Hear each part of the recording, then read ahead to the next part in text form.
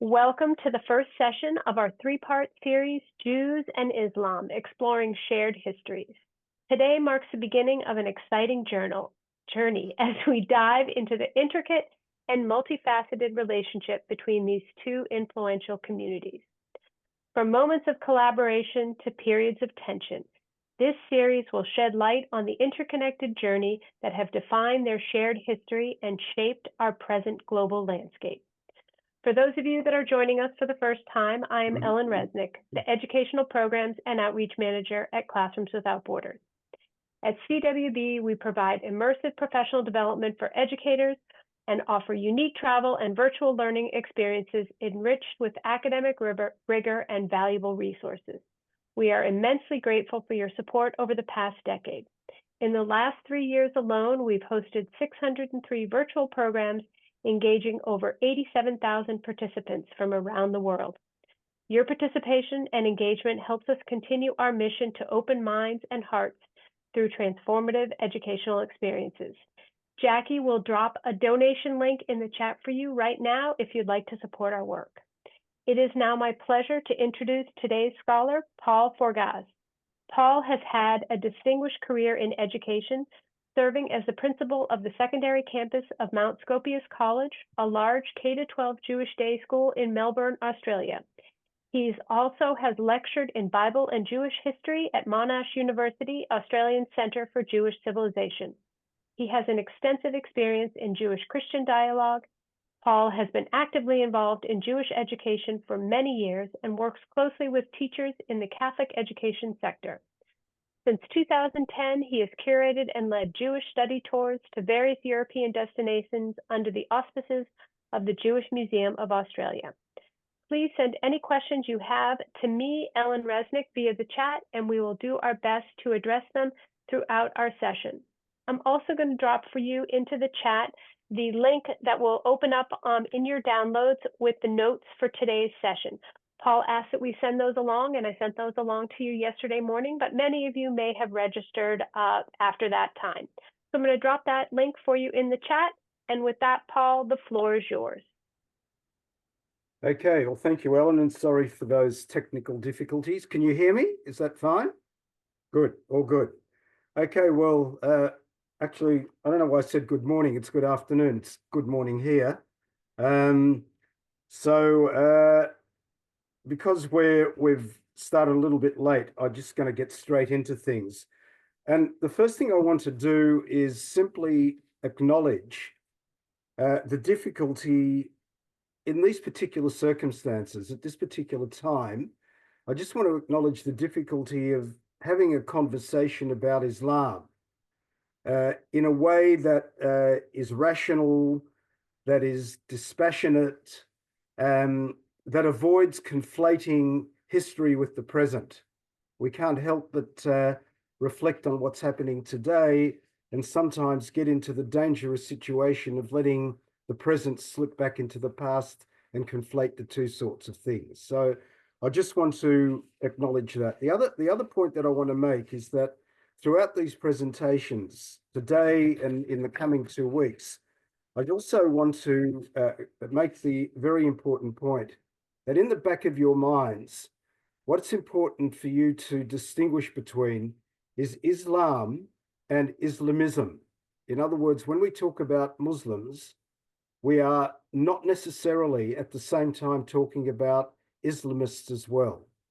Islam is a world religion. It's a religion in which people of faith through in their millions basically participate. But when we talk about Islamism, we're actually talking about a particular political ideology, which is in a certain sense a subset of a much, much larger Islamic community.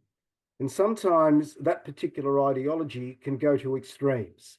And I think one of the problems that we often have, one of the slippery slopes that we often descend into, is not being able to distinguish between the religion and the manifestation of a particular ideology, which, as I said before, can often become quite radical and violent even in its manifestation. So the bottom line that I'm basically asking you to take on board, in a certain sense, is not to conflate all Muslims with Islamists and to keep those two things very, very separate. It's something that I will return to in our final session, but it's just something I wanted to flag at this very, very beginning point. So I'm going to share my my slide presentation with you, and hopefully it's all going to work properly. Let me just get it up. Okay, how are we there, Ellen? Can we see it? I cannot see it. I'm still just seeing you and your fantastic bookshelf behind you. Okay, so let me see if I get into, okay, just a second. And Almost there. alternately, we can always, if you send me the PowerPoint, I can put it up on my end Yeah, too. no, it should be okay, but I'm just trying to think.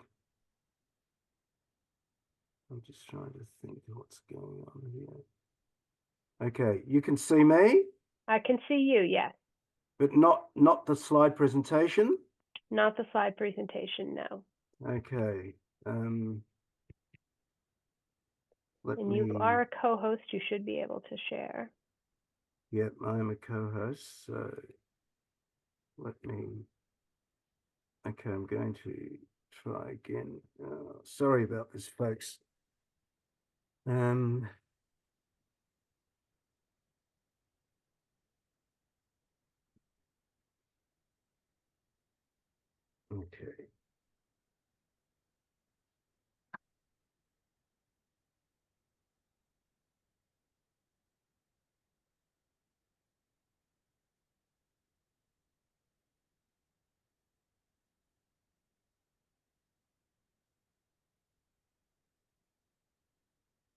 Oh my How are goodness, we going? I think we have it. We Yes, have it. Okay. fantastic. Okay. All right. We're all good. Okay. Right. So what I've got up here, firstly, for all of you is a reading list. It's not something that in the past I have tended to share with you. But because of the nature of the topic, it's a very, very complex topic. I thought it's important for those of you who are interested to take this discussion further to actually have access to a reading list. I'm not going to go through all of the books at the moment, but the three that I would definitely recommend are the first three. They are very, very good introductions to the whole topic of Islam, but particularly the first two are very, very good introductions to the topic of Islam and the Jews. So I just thought I would share that, and at different points I will come back and talk about some of these books as well. So let me now, why? What's going on here? And Paul, while you are working on that, I just wanted to, and I put this message in the chat. Paul has the dates up on this introductory slide here with his reading list as the 11th, the 18th, and the 25th. Of course, he is in Australia, so those are the dates right now in Australia. We are sitting here on September 10th, so no worries. Everybody is in the right place at the right time, but just wanted to say, to alert you all to that maybe confusing aspect. Okay. All right. Okay. So what I want to do is I want to make a few preliminary observations and begin by really talking about the situation in Saudi Arabia before the advent of Islam. And the first thing we need to keep in mind is that when we're talking about the Arabian Peninsula, Saudi Arabia in particular, at the time of our discussion, we're talking about a number of important empires that existed at the time. The first one is the Sasanian Empire, which you can see here to the right of that particular map. It's the old Persian Empire, which at a certain point became Parthia, then it became Sasania. So we're talking about the Sasanian Empire. The main religion in that empire was Zoroastrianism. Zoroastrianism was a sort of a dualistic religion, and which was very, very dominant at the time. We're also talking about the Byzantine Empire, which of course is the Eastern Roman Christian Empire, which amongst other things, of course, at that particular time was in control of the ancient Near Eastern world, or particularly the Middle East and North Africa. We're also talking about some other powers which play an important role in our particular story. And down at the bottom, we're talking about the kingdom of Himyar. The kingdom of Himyar, its original home is in what is present-day Yemen. And we're also, an important other element is the kingdom of Aksum, which basically today constitutes Ethiopia and Eritrea.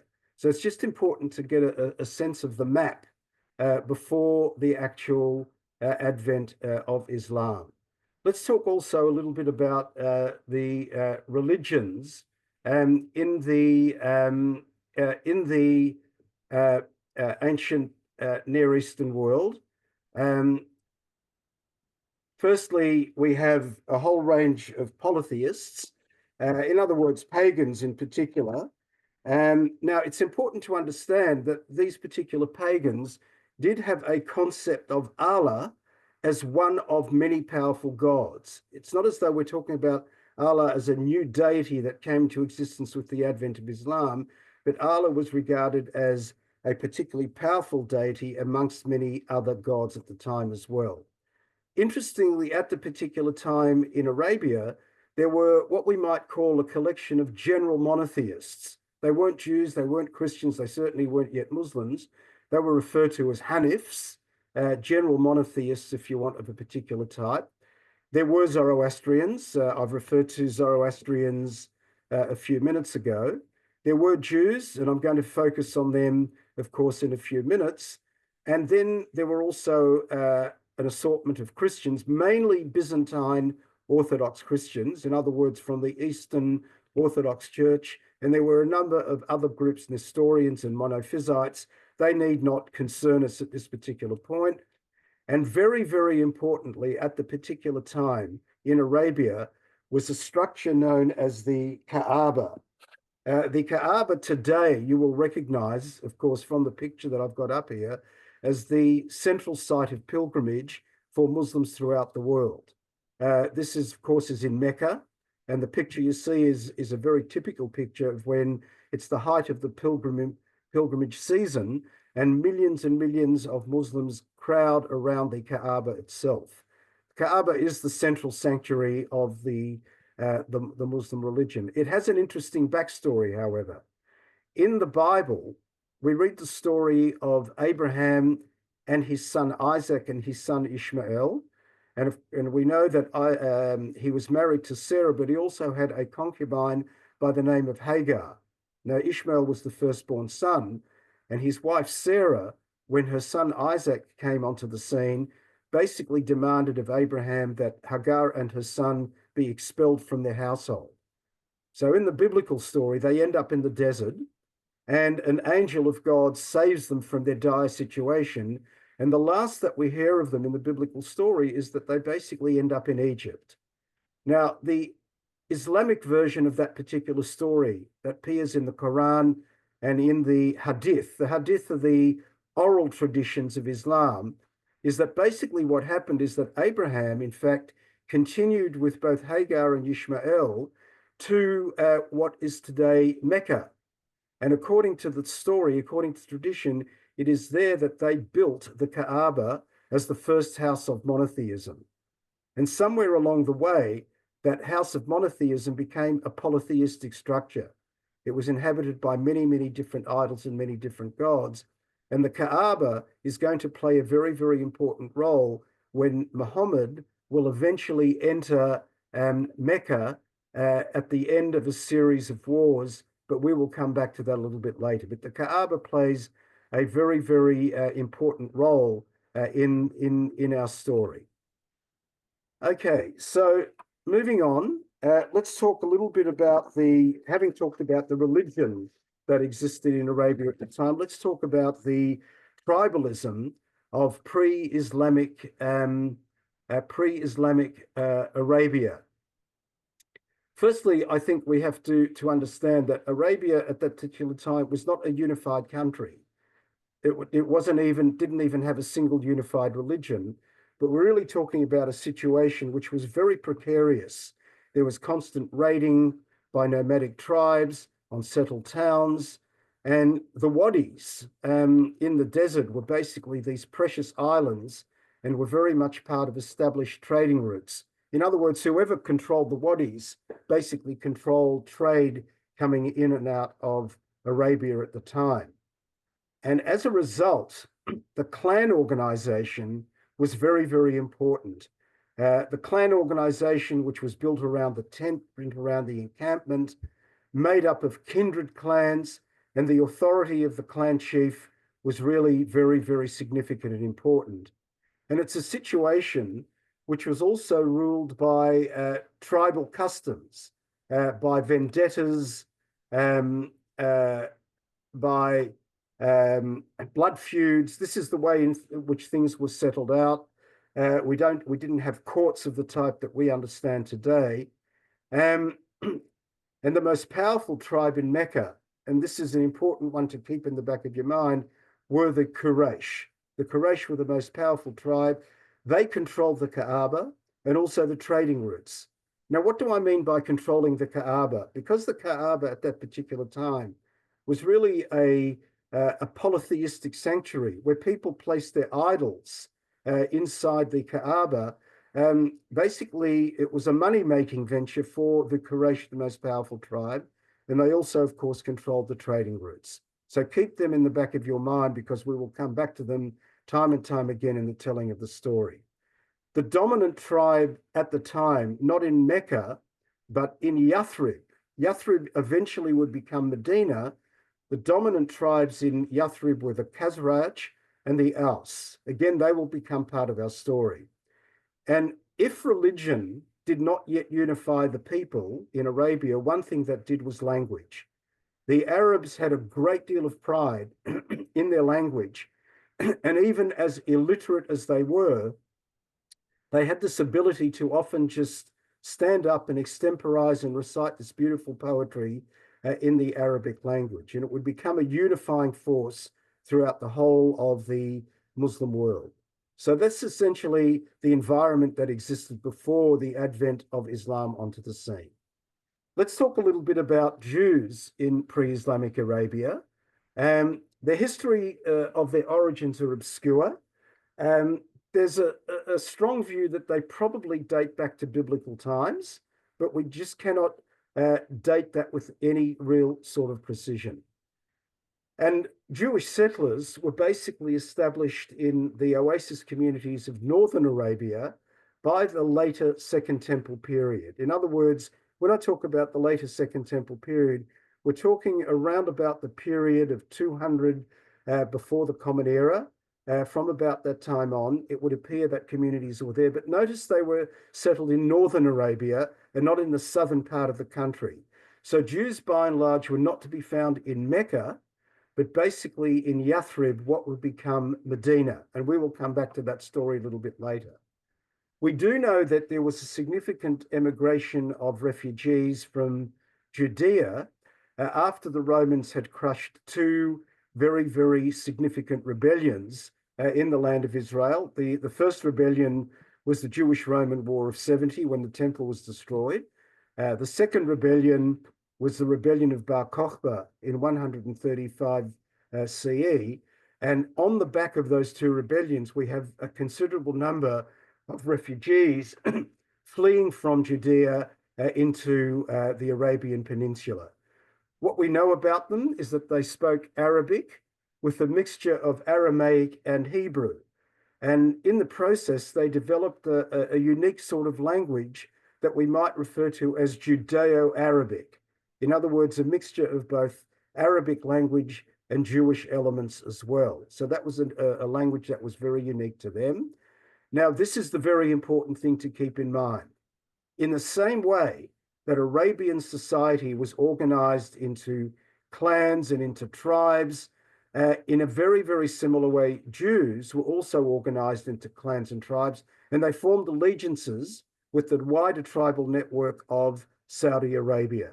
Very important thing to therefore keep in mind. They were part of the political system that constituted Arabia at the time. One of the questions that scholars have often raised is that when we talk about the Jews of Arabia, are we talking about Arabized Jews? In other words, Jews who started out as Jews but became Arabized in the process, or basically Arabs who ended up practicing Jewish monotheism. In other words, Arabs who basically, if you want, converted to Judaism. We know, for example, interestingly, that when you go to a country like Morocco, the indigenous population of Morocco were Berbers, not Arabs. And the theory is that at a certain point in time, there were a significant number of Berbers indigenous Berbers who actually converted to Judaism. So a similar sort of question arises regarding the situation of the Jews in Arabia at that particular time. But the question is a contested one. We can't be certain one way or another. Now, the other thing that scholars question is the familiarity of Jews living in Arabia with the Talmud. The Talmud, of course, is the primary text of the Jewish legal system, and it's not clear to what extent Jews in Arabia at the time were familiar with the Talmud and rabbinic Jewish learning. In other words, they might have been practicing a sort of a form of Judaism that was closer to biblical religion than the religion of the rabbis at the time. Again, it's a question that is discussed and debated. But one thing that we do know is that Judaism was certainly well established in Medina, or Yathrib as it was known at the time, 2 centuries before the birth of Muhammad. And basically, in return for feudal loyalty, the Jews living in Medina were essentially protected by the 2 major tribes, the Khazraj and the Aus. The protection that they enjoyed by these tribes was very, very, very important to them. Now, keep in mind that when we talk about the tribal situation in Medina, the 3 main Jewish tribes in Medina were the Banu Nadir, the Banu Kainuka, and the Banu Qurayza. And again, I emphasize the point. I'll keep emphasizing this on a number of occasions. Each one of these tribes were aligned with the wider network of Arabian tribes as well. Note the word Banu. You will see, for those of you who know a little bit of Hebrew, you will see the word B'nai, B'nai Israel, the children of Israel, Banu Nadir, the sons or the children of the Nadir, the Kainuka, and the Banu Qurayza. So that's the situation of the Jews in pre-Islamic Arabia. And from what we know, the sorts of trades that they practiced they were jewelers, they were weapon and armor makers. Now, being a weapon and armor maker in a situation which was highly tribalized, and there were vendettas and all sorts of things which dominated political affairs at the time, being a weapon and armor maker would have been very, very good business, as you can well sort of appreciate and imagine. Okay, let's move on to the early life of Muhammad. What do we know about him?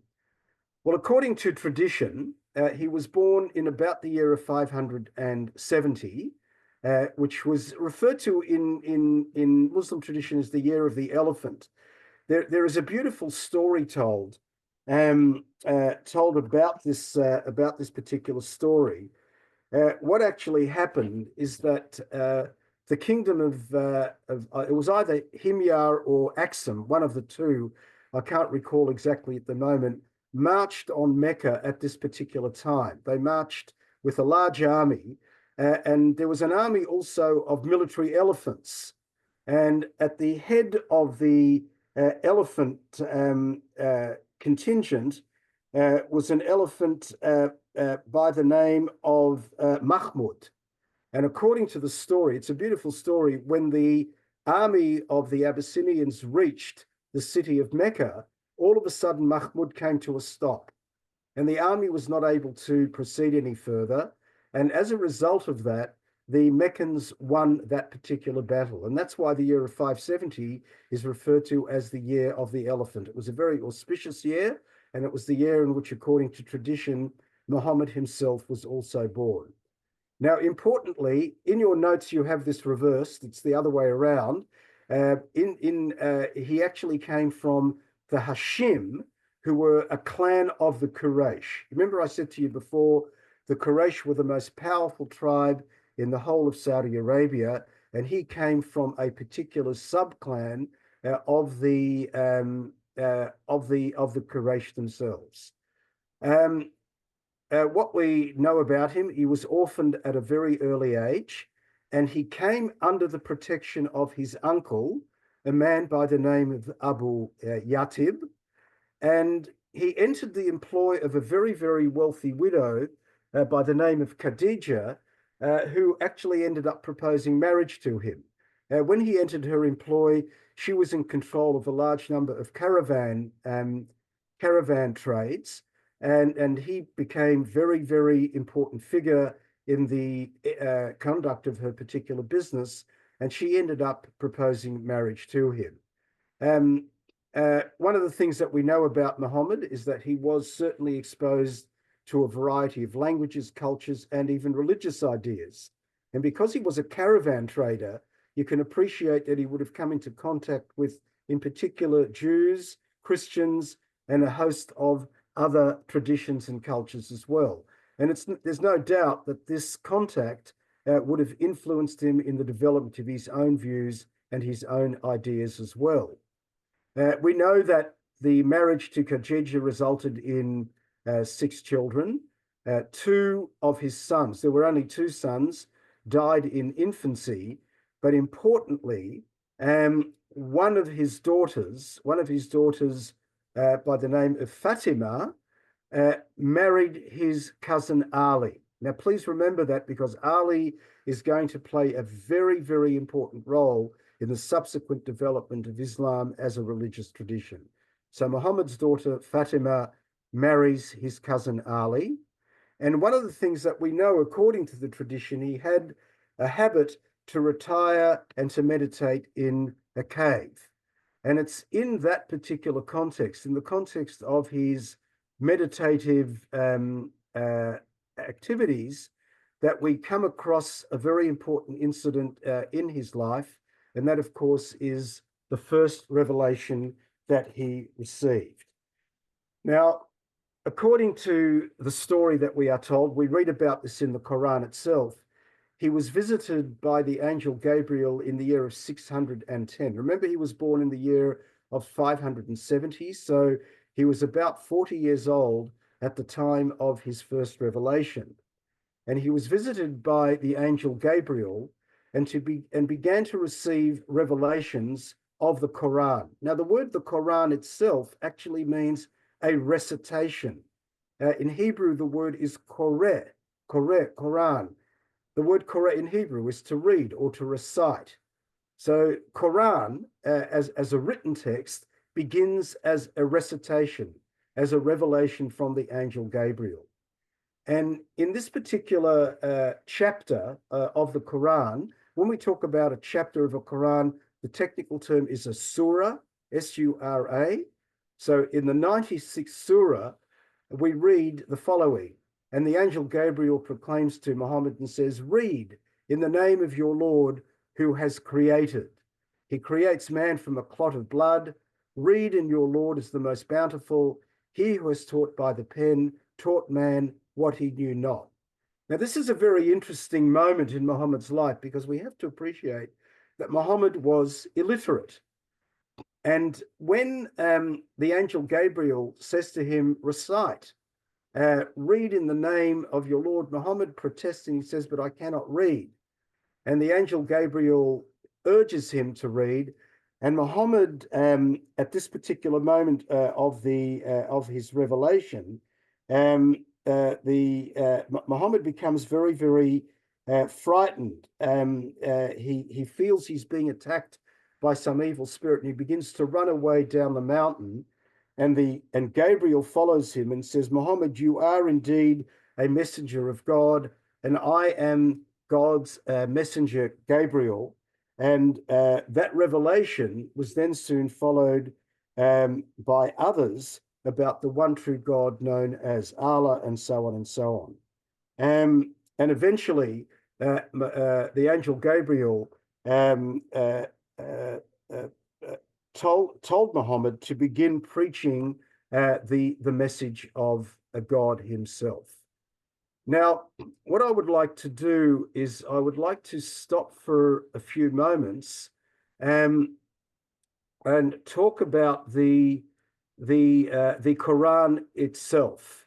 A word about the Quran. Now, in the notes that were distributed to you, we don't have the time to read it all, but this is really for your own particular reference. What we have to appreciate about the Quran. Let me just stop a minute and get my own set of notes and just make a few observations and take you through them. So here we go.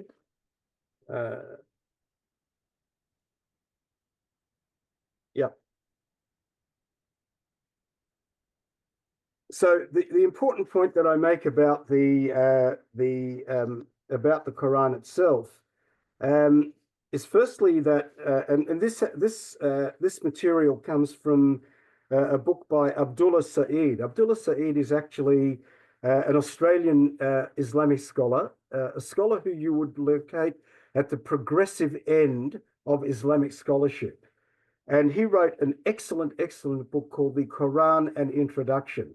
It's one of the best introductions that you could really get to the Quran as a book. He's an excellent scholar. And he says, if you have the notes in front of you, you'll see it. If not, I will read from the opening paragraph. He says, the revelation of the Quran happened within the broad political, social, intellectual, and religious context of Arabia in the 7th century, and in particular in the context of the Hijaz region, where Mecca and Medina are situated. Now, understanding the key aspects of this context helps us to make connections between the Quranic text and the environment in which the text actually emerged. I'll jump on to the beginning of the next paragraph, where we read, understanding the context of the Quran also requires a detailed knowledge of the events of the Prophet's life, both in Mecca and in Medina. Many of the major events in the Prophet's life, such as his night journey from Mecca to Jerusalem, which we're going to talk about very, very shortly, his migration to Medina in the year of 622, and the battles and the skirmishes between the Muslims and their opponents are mentioned in the Quran, but not in a great deal of detail.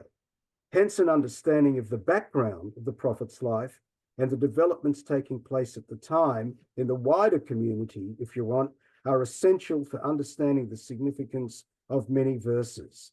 And he says, in the following, we will refer to this context as the socio-historical one. And he goes on to describe what the situation was like in Arabia at that particular time, from the 4th to the 10th century. And in the paragraph one further down, he says, despite the importance of the socio-historical context for understanding the Quran, many Muslims today continue to be suspicious of this concept. For some Muslims, any discussion of the socio-historical context of revelation is perceived as a threat to their fundamental beliefs about the divine origin of the Quran. However, as far as a significant number of verses in the Quran are concerned, it is difficult to understand their meaning properly without having a basic understanding of the context in which they are revealed. Moreover, the more we know about the communities of Hijaz and Arabia in a cultural and historical sense, the clearer our understanding of the message of the Quran will actually be. So that's a vitally important point, that if you don't locate particular chapters or surahs of the Quran in their context, you can end up misreading them and misinterpreting them. And I'll give you a sort of a very, very good example of this. I think most of you will have heard of the concept of jihad. Now, jihad is often mistakenly translated as holy war, which it is not. Holy war is a subset of a larger concept of jihad. Jihad actually means struggle. And for many, many Muslims, the concept of jihad can mean their own struggle in the practice of their particular religion. In other words, being a Muslim is a struggle in every day of one's life.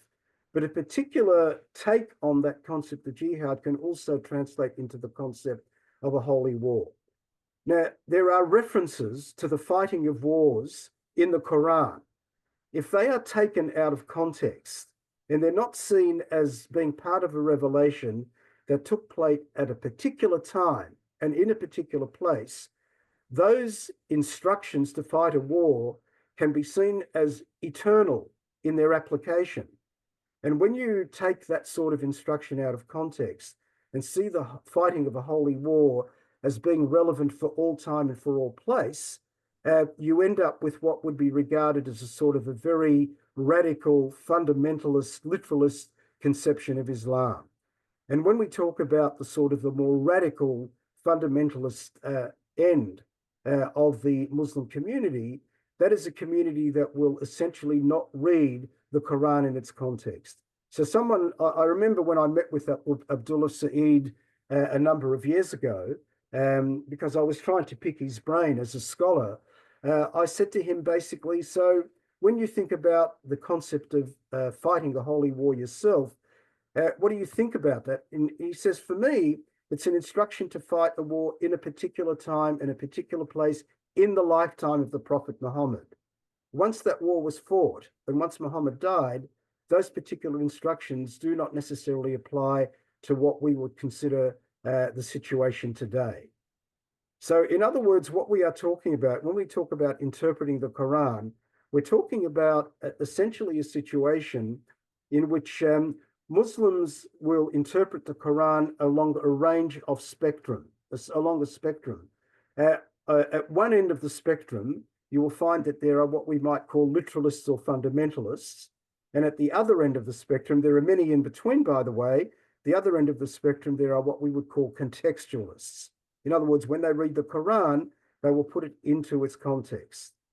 And in other words, what I'm talking about is not conflating the past with the present. In other words, when we read the Quran, many of its aspects have to be put into context. That is not to suggest, of course, that most of the Quran, of course, continues to apply to the present as well. There are many instructions about life and belief and all sorts of things, and they are not contextual. I'm simply talking about particular events that occurred and are referred to in the Quran. I refer to those in that contextual sense. If you go to page 4 of your notes, there is a very helpful 2 charts that you will see. And I'm sorry if you don't have the notes in front of you, but later you can return to them. But I've given you the URL. I've given you the sites where you can get online. And what's very helpful about these particular charts, if you get online and play around with them, you can actually, for example, because as you can appreciate, the Quran is ordered from the first to the last surah. What is referred to as the traditional order on the chart is the Quran from 1 right through to the very last surah. Now, by the way, the surahs of the Quran are not ordered chronologically. So don't expect the first surah to refer to the oldest event that took place in the history of the Islamic religion. The surahs are ordered mainly in terms of the length of the surah. So the longer surahs tend to be placed at the beginning. The later surahs tend to appear at the end, and they are the shorter ones. So one of the difficulties of reading the Quran is that it's very difficult to get a sense of chronology. Unlike the Bible, for example, when you read the Bible, it is a story that has a very clear beginning, a very clear middle, and a very clear end. When you read the Quran, on the other hand, you don't get a sense of the chronology. And that's why the chart that I've provided you with is very useful, because one of the things that you can actually click is the column that reads chronological order. And when you click the chronological order, it'll actually come up with the surahs that appear first and the surahs that appear later. And that's why you can get a sense of the actual story. And similarly, when you click on location of revelation, you'll get a sense of whether the revelation occurred in Mecca in the earlier part of Muhammad's life, or whether the revelation occurred in Medina at a later port in Muhammad's life. So to give you a sort of an example, many of the instructions for Muhammad to go and fight a particular war actually occurred not in the Meccan stage of his career, but they actually occur in the Medinan stage of his career. You'll understand what I mean by that very, very shortly. But if you don't get a sense of the chronology, you don't get a sense of at what point in Muhammad's life did the fighting of a number of wars actually take place. And putting the Quran into chronological and geographical order, if you want, is a very, very helpful mechanism to make sense of how to read and interpret the Quranic passages. I'm going to stop here for a few minutes, Ellen, and see if people have any particular questions, because once we're done with questions, I'm going to talk about Muhammad in Mecca and then move on to his career in Medina. So happy to take questions. All right. So again, you can drop any questions you have into the chat directly to me. At this point, we just have one question, Paul. Yep. The question came early on in your presentation. Wadi in Hebrew is a dry riverbed. Is that what the Wadi Islands were? Yeah, very similar. Exactly. Yeah. So they were essentially the location of what we call the oasis. And that was a very, very, particularly in a desert environment. And I made the point earlier that these oases were situated along the trading routes as well. So yeah, exactly. That's what we're talking about. Right. So I don't know if anyone has another question at this moment.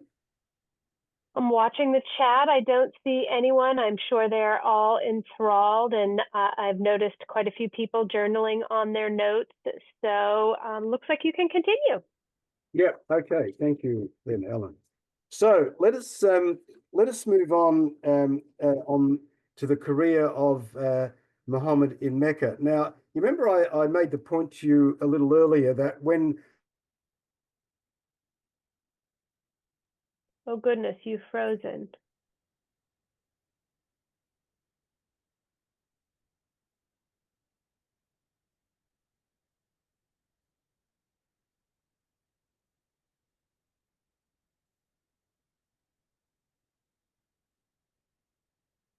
Can someone drop in the chat for me if Paul freezing was for everyone or just for me? He's frozen for me too. He is frozen. He is frozen. So he's frozen. So just hold on quickly. I'm just going to mute myself and I'm going to message him on WhatsApp, and hopefully he will be able to rejoin us. It looks like he dropped off. Unfortunately, the connectivity all the way from Australia means that we have those digital challenges as well. So thank you all for your patience. Let me just quick connect with him via WhatsApp. Jackie, you have the helm. And don't worry, we'll take this out of the recording.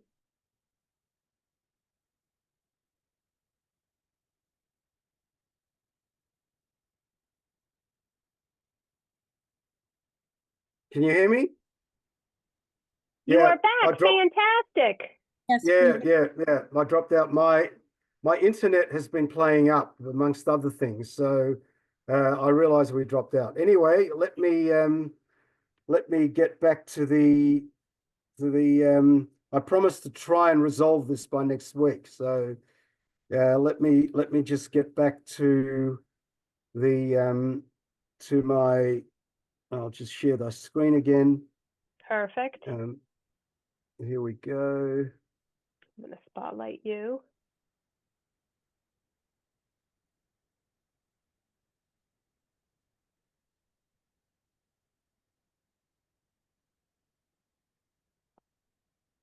Oh no, you're back to me, but you can see me. We certainly can. Yeah, I just have to try and share my screen again. Let me just get to. Okay, how are we? I'm still just seeing you, not your screen. Okay. I'm gonna go. Here we go again. That still can't see the screen. Still cannot see the screen. Yes, it's unfortunate, but No. Let me just.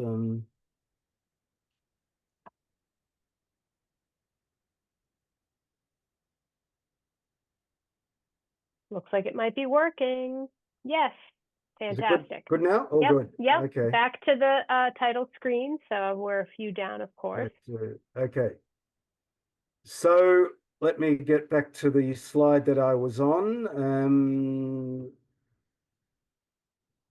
I'll just.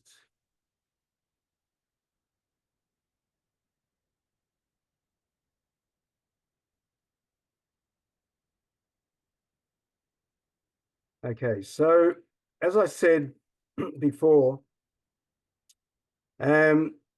Muhammad was instructed by the angel Gabriel to become a prophet of God. And one of the first messages that he recited, here we go, was the message of the unicity of God, the idea that there was only one and one God alone, and that God was Allah. But also there was a call to social justice. These were the two dominant messages of Muhammad at the particular time. But what's very, very important is that those messages had real implications for the tribal structure of Arabia at the time. You remember I said to you the Quraysh were the most powerful tribe, and they controlled the Kaaba, which was a place of worship for the many, many different gods that were worshipped in Mecca at the particular time. And remember, they had the control of the Kaaba, which was the house of pagan worship at the time. So when Muhammad comes along and has the message that there's only one God at the particular time, it threatens the whole power structure of the Quraysh themselves. And when he talks about social justice, the idea that everybody in the community of Islam has a responsibility to look after the other, it also threatens the tribal structure of Arabia. Because basically, the mechanism, the means through which individuals sought protection was through allegiance to a particular tribe. So when Muhammad is starting to preach the message of unity in community, in other words, the community taking the responsibility for looking after each other, that really, really starts to threaten the whole power structure of Mecca at that particular time. And what we do know is that as a result of the message that he was preaching, he did gain a number of prominent converts, but at the same time, he also made some very, very severe enemies as well. And it's at about this time that Muhammad and his followers start to actually suffer a great deal of persecution from the Quraysh.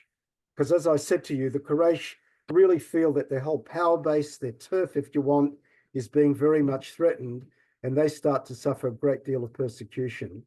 And what actually Muhammad did at the particular time is he sent a party of Muslims to Abyssinia for refuge. Abyssinia, which was under Christian control. Remember, we're talking about the Byzantine Christian Empire. Abyssinia, which was under Christian rule at the time, Muhammad actually sent a party of Muslims to seek refuge amongst the Abyssinians at the particular time. And what actually started to happen is that the Quraysh began to boycott the Muslims.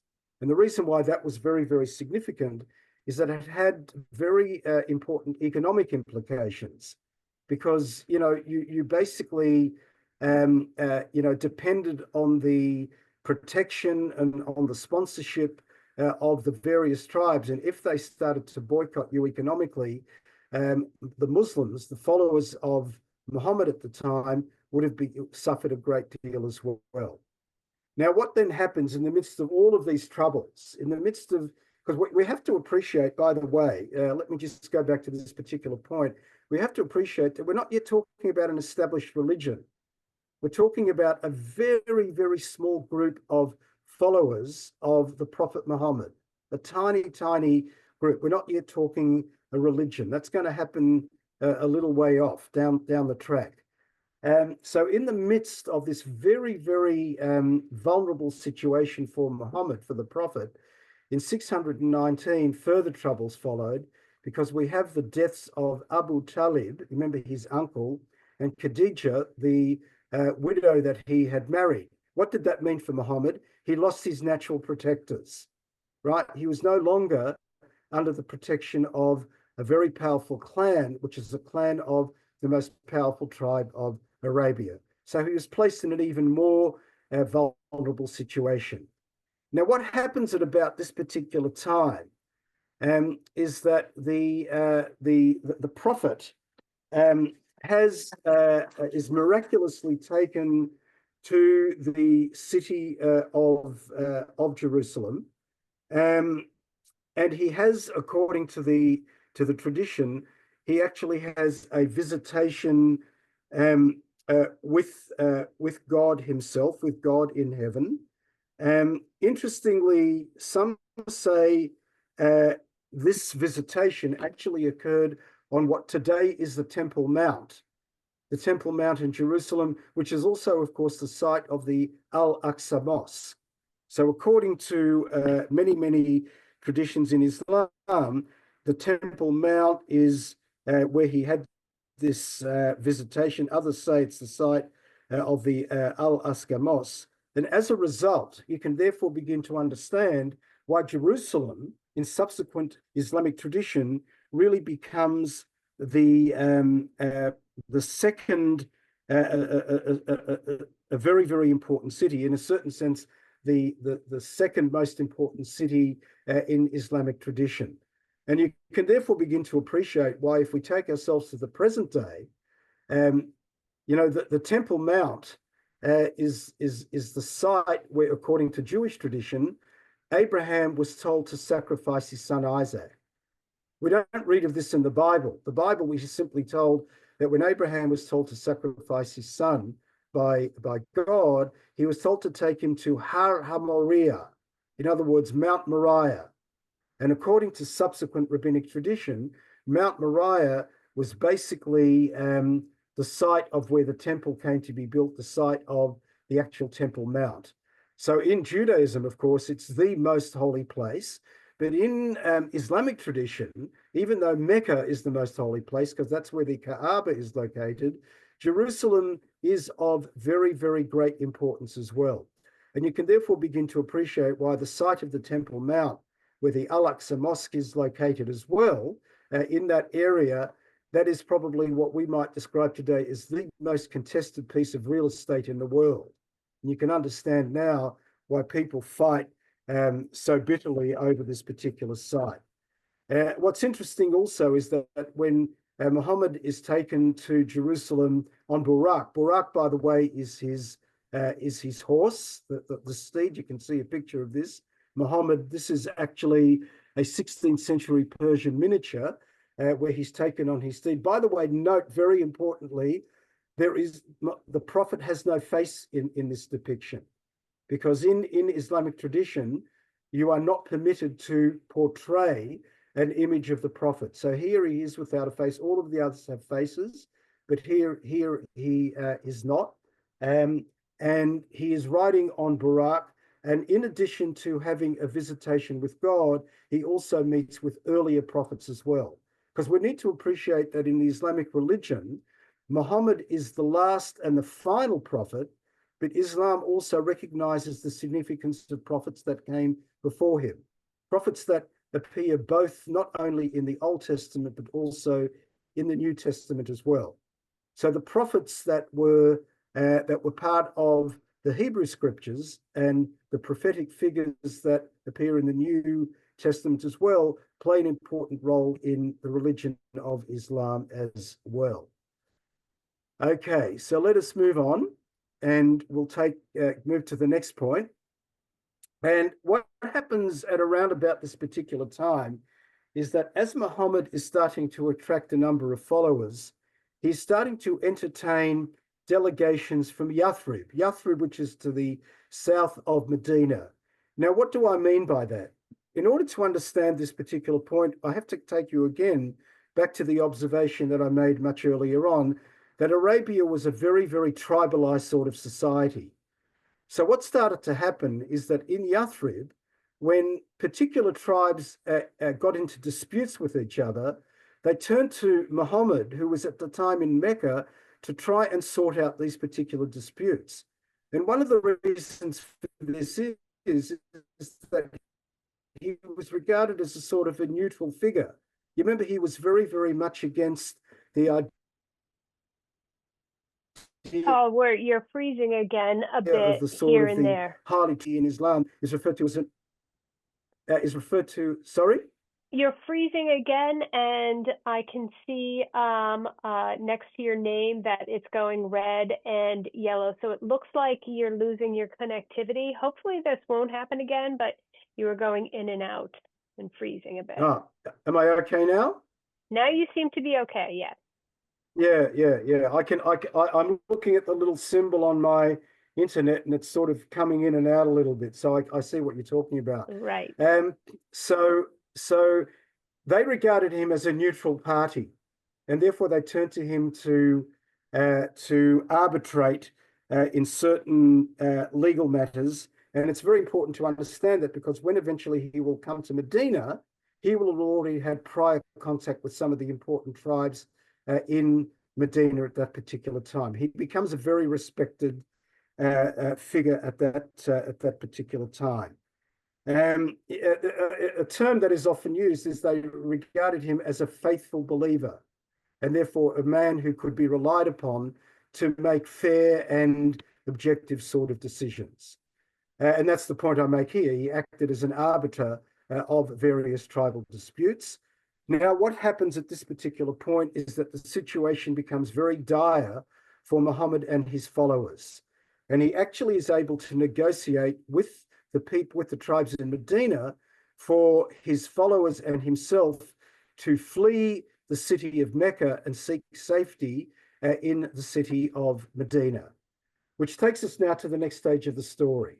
This is now the story of Muhammad in Medina. And it's the year of 622 when that happens. And the year of 622 is referred to as the year of the Hijrah, as you can see here, or the Hegira. The word simply means the flight or the escape of the Prophet, the emigration of Muhammad and his followers and the Muslim community to Medina. And interestingly, the year of 622 marks the first year of the Islamic calendar. So when Muslims talk about the year being so and so, and you're wondering, but wait a minute, we're talking about 2024, the way you actually calculate the Islamic year in terms of the calendar that we know, you take yourself back to year of 622 and you count forward. That's the beginning of the year. Very important year, in the year when Muhammad and his followers flee to the community of Medina.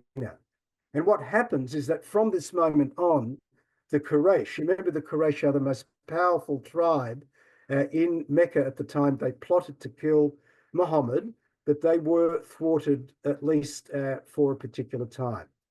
And this is where context becomes very, very important. According to Islamic tradition, Muhammad receives a revelation at this time, and it's the very first one of its type, giving Muslims the right to fight in jihad, in self-defense against the Quraysh. This is the passage from the Quran. Notice it is Surah 22, quite early on. So even though chronologically the Medinan part of his career happens later, this particular surah appears quite early in the Quran. So it's not about a chronology, it's that this particular surah is a longer one. Remember I told you before that the longer surahs appear earlier in the Quran, and that's why this is an earlier point. But chronologically, that actually belongs at a later point in the development of the story. But according to this revelation, Muhammad is told, to those against whom war is made, permission is given to fight because they are wronged, and verily God is most powerful for their aid. They are those who have been expelled from their homes in defiance of right for no cause except that they say, our Lord is God. Now, let me stop here for a minute and make clear what actually we're talking about. We're talking about a revelation which gives Muhammad and his followers the right to actually fight a war of self-defense against the people who have expelled them, that is the Quraysh themselves. But it's only against those who have been expelled, only those who have been expelled from their homes in defiance of the right, except for the fact that they said the Lord is our God, Allah is our God. That is the context in which this particular jihad is referred to. Now, people who do not read the Quran in context, in other words, literalists and fundamentalists, will often neglect to read the fact that this was a war that was commanded in a particular time, in a particular place, under a particular set of circumstances. This is not an instruction to fight a jihad for all time and for all place. So this is a very, very good example of where it's very important to locate particular revelations which refer to the fighting of a jihad in their particular context. And what actually starts to happen on the back of this particular revelation is that the Muslims begin a series of raids on the caravans of the Quraysh and the allied tribes. Remember, this is a community, this is an ummah, to use the traditional Muslim term, that is very much under threat. So if we continue with the story of Muhammad and Medina, what actually happens is that at his insistence, at Muhammad's insistence, Medina's pagan, Muslim, and Jewish clans signed a pact of mutual protection and obligation. In other words, what you have to actually appreciate is that this is a moment when the followers of Muhammad and Muhammad himself are very, very much in a highly vulnerable situation. And Muhammad realized that they had to come together as a community to seek to help each other in the event of being attacked by the Quraysh. Because now that Muhammad and his followers are in Medina, it's not only Muhammad and his followers that are vulnerable, but the whole community of Medina as well, because the Quraysh are now on the war path. So he actually insists that his followers, that his own followers, the pagans in Medina and the Jewish clans, sign this pact of mutual protection. And this particular quote from a book by Peters basically makes this particular point. I'll explain the reference in a minute, but I'll just read it with you. Included in Ben Itzchak's Life of the Prophet is a document that purports to record the political arrangements that were contracted between Muhammad and his partisans. They refer to in tradition as the Muhajirun, the followers of Muhammad, and in other words, a contract between them and the citizens of Medina. The contracting parties agreed to recognize Muhammad as their leader, not necessarily, by the way, as a religious leader, but simply as a political and military leader, and to accept his judgments. So in doing so, they were acknowledging, as was the Prophet himself, that they were one community, or an ummah, to use the Muslim term, not yet uniquely composed of Muslims, but a community that was committed to defend its joint interests, or what was now known, was now defined to be the common good. What Peters is saying, in other words, is that at this particular time, the concept of the ummah is a term that applied to everyone living in Medina, whether you were a Muslim, whether you were a Jew, whether you were a pagan. Today, when we talk about ummah, we are talking about the community of Islam. Muslims throughout the world are referred to as the ummah of Islam. For those of you who know Hebrew, you'll be familiar with the term When we talk about Yisrael, ummah, we talk about the people of Israel. It doesn't mean the people living in Israel itself, but the concept of the Jewish people as a whole. So similarly, in Islam, you have the concept of ummah. So today it refers to the ummah of Islam, but at that particular time, it was the whole community of Islam in particular self. And everyone signed onto this contract of mutual protection and obligation. In other words, everyone was meant to be looking after everyone's back, right? That was the substance of it. Now that was came to be known as the Constitution or the Treaty of Medina. Now notice at the beginning of this little particular quote, it says, included in Ibn Itzchak's Life of the Prophet.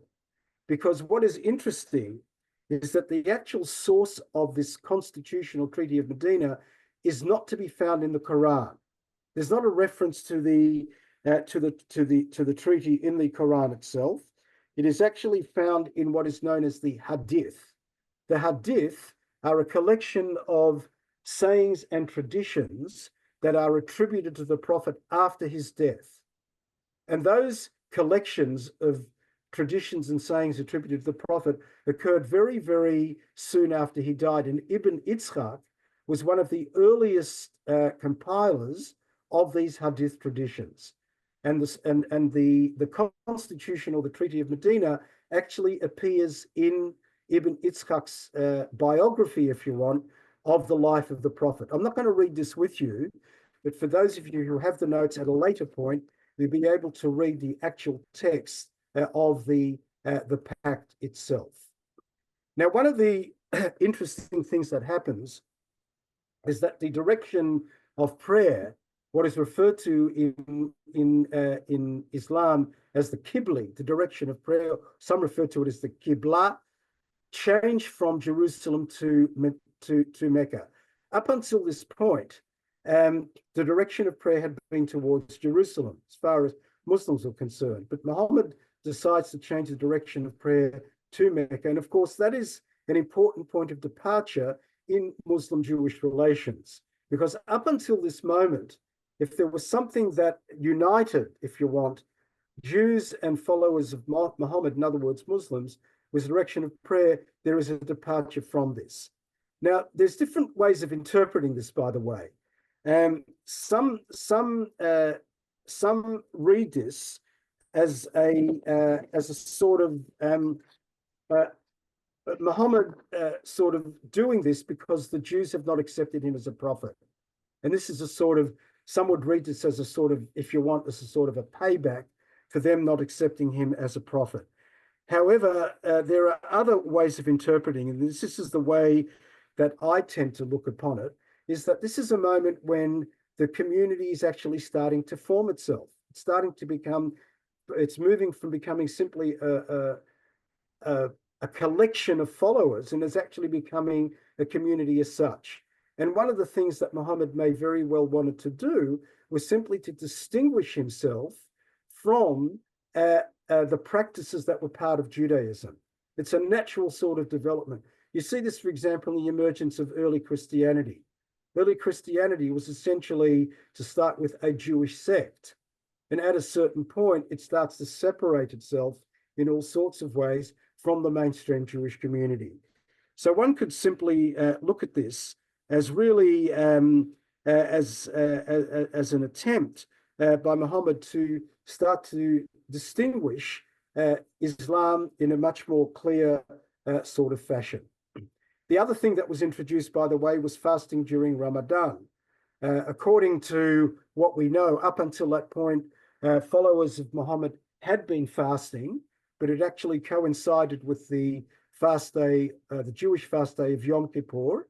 But again, to distinguish his community from practices that were actually practiced by Jews, he established Ramadan. Of course, Ramadan is a month-long period of fasting. Yom Kippur is only one, and also what was ordained is the payment of zakat. Again, for those of you who know Hebrew, you will see in that word tzedakah, zakat. In other words, the payment of charity was ordained as an actual religious obligation. Not simply a matter of whether you wanted to or not, but an actual obligation. In fact, zakat, the payment of zakat, the fasting during Ramadan, the belief in God, in Allah as the one and only God, these are amongst what we call the pillars of Islam, right? So these were introduced at this particular time. So in other words, what we are starting to see is a shift within the Islamic community to more community-based rather than theological concerns. So when you actually read the Quran, and if you take the trouble to organize, remember I showed you that particular chart, if you get online, and organize the surahs of the Quran according to location, not to chronology, but according to location, and you read the surahs that were pronounced in, that were revealed in in Mecca, the earlier ones, you'll see that they're a lot more concerned with matters of belief. Whereas the surahs that were revealed in Medina, the later part of the story, they're a lot more concerned with community, fighting of wars, the ordaining of zakat, of charity, fasting. So you'll actually see that the revelations are very much divided into the earlier ones being more theological and the later ones in Medina being a lot more community focused. Now, what's important to understand is that even though Muhammad had actually believed that the Jewish tribes would welcome him, according to Muslim history, the Jews were actually very unhappy with the idea of a prophet outside their own ethnic religious group. You remember, in Islam, he was the last of a long line of prophets. But as far as Jews were concerned, prophecy came to an end when the biblical period came to an end. So with the end of the biblical period, in Jewish tradition, there were no more prophets. That's why the Jews later on rejected Jesus as a prophet. And similarly, they would have rejected Muhammad as a prophet as well. But we do know, nevertheless, that some prominent Jews did convert to Islam, including, interestingly, a rabbi of one of the three powerful tribes of Islam. Okay, let us move on. And what actually happens is that at this particular point in time, it's the very first battle that is fought between the Muslims and the Quraysh. You remember I referred earlier to a revelation that gave Muslims the permission to fight against the Quraysh, and that's when this particular revelation takes force, because the Battle of Badr is the very first battle between the Muslims and the Quraysh. And even though the Muslims in Medina were outnumbered, they were actually able to get the upper hand. Now, there was an attempt. You've got to remember, again, this is a very, very vulnerable moment for Muhammad and his followers. They're being attacked by the most powerful tribe, that is the Quraysh. And what we find at this particular point is that there is an attempt by individual pagans and even recent Medinan converts to Islam in Medina itself to thwart the pact with Muhammad. Remember, they had signed a pact, the Pact of Medina. And perhaps they thought that their own power was being threatened, and there was an attempt by individual pagans to undo this particular pact at this most vulnerable point in the life of the Prophet himself. And what we actually start to see is that there's an emerging worsening of relationship with various Jewish tribes who were uneasy about the threatened demise of the old tribal alliances in Medina. Reuben Firestone tells us the following. According to evidence from the Quran and early traditions, the Jews' rejection of Muhammad was not simply a polite refusal to accept the authority and the program of a prophet, but was actually a serious and active resistance. Given the delicate political balance in Medina amongst the various clans and their clients and their allies, Muhammad's potential and eventual success in unifying the non-Jewish Medinans under the banner of a new religious community represented a serious threat to the status and even to the survival of the Jewish clans. This was not clearly lost on the Jews. Their opposition to Muhammad was therefore much more serious than simply the rejection of a religious idea. Now, I'm going to stop here at this point, and we're going to take up this part of the story next week. In other words, what we are going to focus on next week is very, very much what happens as a result of the various Jewish clans in Medina breaking the pact that they had signed with Muhammad. Remember, I made the point that it was not only pagans, but it was also Jews who had undertaken a pact of mutual self-protection. Now, when they break that particular pact, because they really, in a certain sense, see their own power being threatened when a singular community is going to come together. Remember, this is a very tribalistic society, and it's going to bode not particularly well for them in Medina itself. But that's a story that we will pick up next week. So we've got time, I think, for a few minutes of questions, Ellen. Perfect.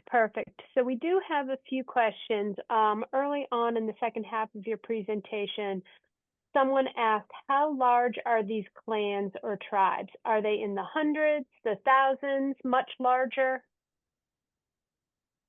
Well, good question. And the answer is that unfortunately at this particular time, they didn't have what was called a census. We really have no figures. So it's very, very difficult to really talk about numbers. Very difficult. But all we do know is that these three tribes were the three tribes that made up the Jews pretty much of Arabia.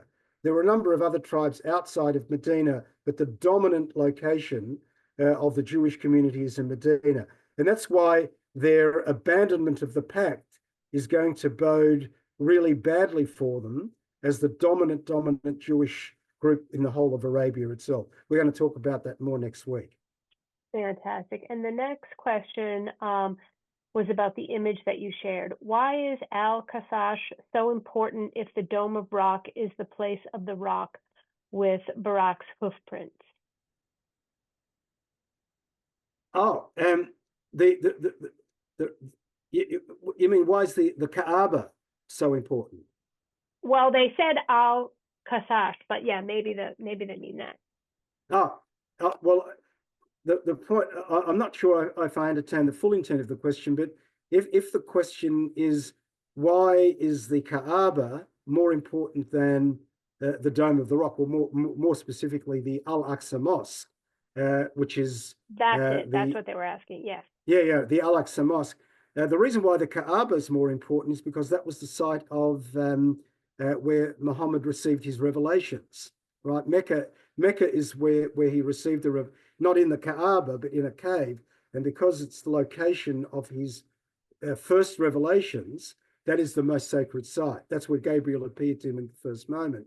The Al-Aqsa Mosque is the site of his visitation with God and takes secondary place. But it's where the Prophet first encounters God that becomes the most important place in Islam. Wonderful. And then the last question that I have, although I am keeping my eye on the chat, if anybody has any questions that they would like to ask, given the distance between Mecca and Jerusalem, how realistic is it that Muhammad physically made the trip to Jerusalem? Okay, so that's a great question, and I think what we need to do is at this moment realize that we're talking about something that is described in the Quran and in the Hadith traditions as a miraculous event. In other words, he was taken on his steed. We shouldn't think for a moment that he was actually got on a horse and sort of rode on a horse all the way through Arabia, across the Arabian Peninsula into Jerusalem. This is essentially, according to the way we read it, a miraculous event. He was sort of lifted and through heaven taken to the city of Jerusalem. This is an interesting example, by the way, of where you'll get different interpretations of the particular event in scholarly discussion. Scholars who are of a more literalist orientation will sort of say that this actually happened, that this miracle actually occurred. Others will take the view, those who are at the more progressive end of interpretation, that this was a vision that the Prophet actually had. In his vision, he actually ends up in the city of Jerusalem. In a similar way to the Bible, when we have descriptions of God appearing to Abraham, sort of more literalist takes on that is Abraham, this actually happened in a very literal sort of sense, whereas others will take the view that this is a vision that Abraham had. So it depends on how you read this. If you read it literally, then it's something that occurred as a miraculous event, but certainly not as a physical event of him getting on his horse and trooping across the Arabian desert. Fantastic. And there was a comment just by Marjorie in the chat that she said that population figures are much more reliable under the Ottoman Empire, where they were important for taxation. Do you have a comment for that? She's absolutely right. It's at that particular moment that we get much.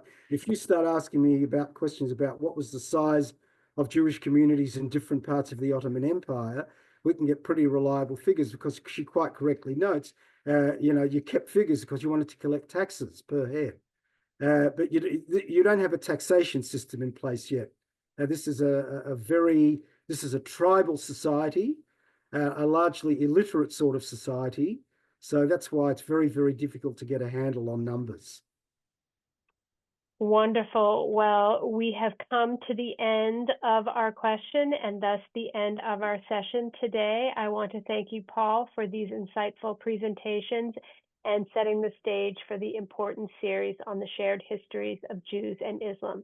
Thank you, everyone, for your patience today as we surmounted those technical difficulties, and we'll be sure to check our technology and be a little bit more on point with our technology moving forward. In the chat, I'm seeing lots and lots of people who are putting their thanks and their gratitude for today's event. Again, Paul, as always, your expertise and thoughtful approach have provided us with a deeper understanding of the complexities and connections of these two communities. For everyone here today, yes. Yeah. Please. By the way, just a reminder that it would be very helpful for people to have the notes in front of them, because next week I'm going to be reading some material. I won't have it up on screen, so if people have notes in front of them, that would be very, or at least access to them on screen or in hard copy, whatever. That would be very helpful. Perfect. And so with that, we hope that today's discussion has sparked your interest and curiosity. We invite you to join us for the second session in this series, and we'll continue to explore this rich tapestry of Jewish and Islamic histories, diving deeper into their interconnected legacies and the lessons that they offer for today's world. This will be next Tuesday at 4 p.m. Eastern Time. Jackie will be taking the helm next week and leading the discussion, as I will be at the National Constitution Center in Philadelphia for Constitution Day. Thank you for being here with us today, and we look forward to seeing you all at the next session. Bye, everyone.